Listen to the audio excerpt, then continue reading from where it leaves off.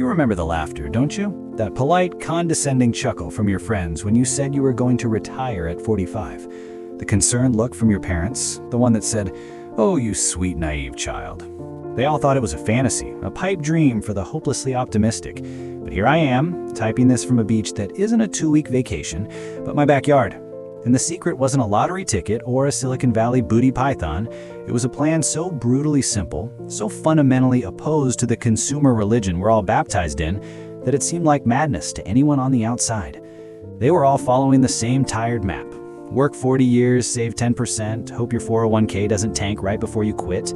My plan was to throw that map in the trash and navigate by the stars of cold, hard math. The first heresy, the one that drew the most confused stares, was my relationship with money. I didn't see it as paper to be spent, but as stored life energy. Think about it. You trade hours of your one finite life, your time, your energy, your youth, for these digital tokens.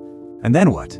You immediately trade them right back for a new car that depreciates 20% the moment you drive it off the lot, for a closet full of clothes you barely wear, for the latest smartphone that's 0.2% faster than your last one. You're literally setting your life on fire. So my first rule was to stop burning my time. Every dollar I earned was a little soldier, and its mission wasn't to die in a consumerist blaze of glory, but to go out into the world and recruit more soldiers for me.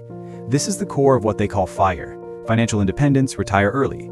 But it's not about being cheap, it's about being strategic with your life force. This led directly to the second pillar, the one that feels like a superpower once you unlock it: radical expense optimization. I'm not talking about skipping your morning latte. I'm talking about the big three: housing, transportation, and food. Most people spend 60–70% of their income on these. I downsized from a trendy, expensive apartment to a small, functional one farther from the city center, slashing my largest expense by more than half. I held on to my used, paid-off car for years longer than was cool.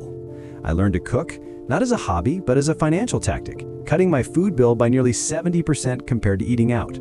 This wasn't deprivation, it was a calculated excavation. I was digging out thousands of dollars every single month from the rubble of my fixed expenses, and that money became the fuel for my escape velocity. With that torrent of cash now flowing into my accounts instead of out of them, I deployed the third and most powerful engine of the plan: extreme savings rate.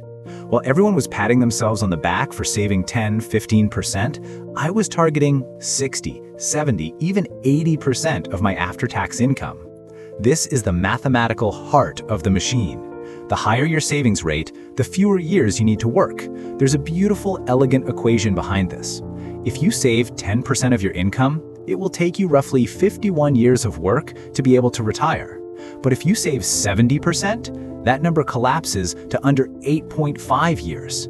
I saw my bank account not as a checking balance, but as my freedom fund. Every dollar I didn't spend was buying me a few more minutes of my future back. But just saving money is like storing ice in a furnace. Inflation will melt it away to nothing. So the fourth element was aggressive, intelligent investing. I didn't day trade, I didn't pick meme stocks. I became a relentless automaton, funneling almost every dollar I saved into low-cost, broad market index funds. The magic of compound interest isn't just a phrase, it's the eighth wonder of the world, a financial nuclear reactor.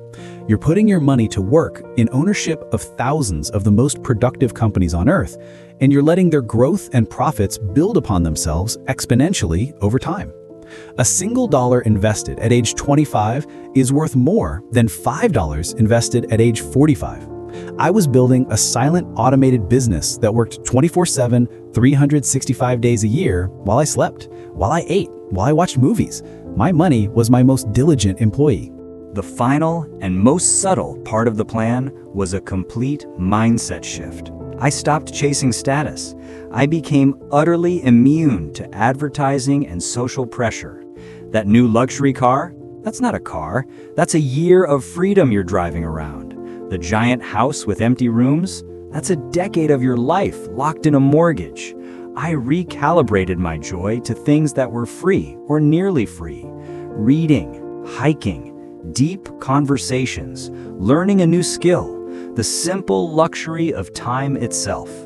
The goal was never to be idle. The goal was to have the ultimate luxury, the autonomy to wake up every day and decide how to use my time without having to monetize every single hour.